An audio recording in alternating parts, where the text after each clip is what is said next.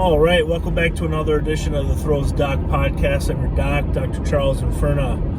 We're writing scripts to cure your throwing ailments.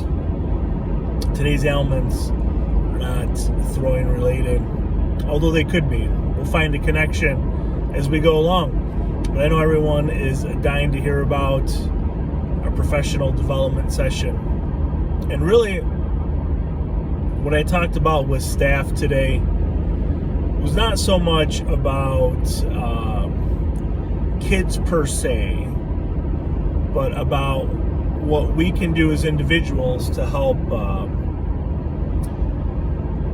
just give us opportunities to be more successful with the children in our classroom. I talked a lot about reflections and how we could be more mindful, much like a coach, mindful of our conversations with the children that we're working with. And I am a very unique situation. For those of you who don't know, I am a building principal of an early childhood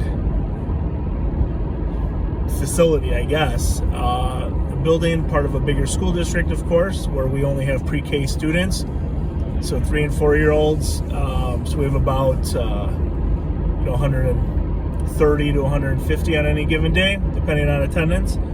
So that's my responsibilities. Those are my my duties by day, is to make sure our little people are safe and healthy, and support staff and families to ensure that safety, right? So with staff today, we spent a lot of time talking about reflective practices and how to be more mindful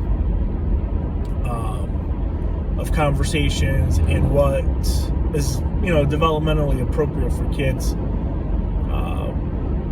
And the way we got to that conversation was about talking about 4 different quadrants of understanding. So we talked about celebrations for the year so far. We're mid-year, so technically we're not quite to 100 days, but we're mid-year. So we talked about celebrations, our individual and unique strengths, and what we are able to offer our children. Some roadblocks, things that we have encountered in the classroom that's difficult or has been difficult, and what we can do about that, and areas to focus on in the future. So like other professional learning opportunities. And we had a homework assignment that it's not really important to share here for staff, or actually to work on, but really more of how I ask my athletes to journal and keep track of their day-to-day is what I asked our staff to do, to keep track and journal their day-to-day and how the interactions they have, like what happens beforehand, after, and before, during, and after those unique situations that we see in the classroom.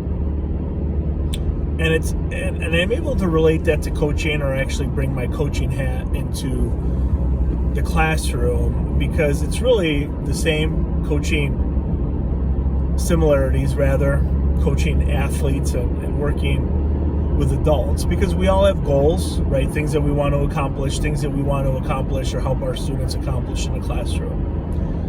And we could develop action plans on how we're going to get there. Now, 3 and 4 year olds, developmentally, it's a little different. But as I've shared, I tend to work with my college athletes in a way that allows me to incorporate similar strategies that I would in the classroom in working with 3 and 4 year old children. So we basically set up the rest of our year's training program to facilitate that growth in the classroom in our hour session today. And I know this isn't quite as exciting as track and field or training to that regard, But it really is important because really we're working with adults who are working with kids. And I'm an adult working with college athletes, right? Or even post-collegiate throwers. So it's important to kind of get ahead of where we want to be. And it's just interesting what the expectations are or what the perception is of working with 3s and 4s. If you've never volunteered in a pre-K setting, I encourage you to do so because everyone is 110% going all day, pretty much every day. And the real downtime that we have in the classroom is usually focused on like a quiet time, right? Where the students are able to rest and kind of have a little bit of quiet solitude from the busyness in the classroom. But that was our training, and I just wanted to wrap up that when I say I received pretty good feedback on things to focus on in the future as far as presentation style. And I always ask, and I really like receiving the feedback and what we can do as an adults who work with adults on what we can do moving forward with that. So I just wanted to share. We've got a plan in place, and we're going to be able to facilitate that plan. So thank you very much for listening to this episode of the Throws Doc podcast. I'm your doc, Dr. Charles Inferna, and have a great day.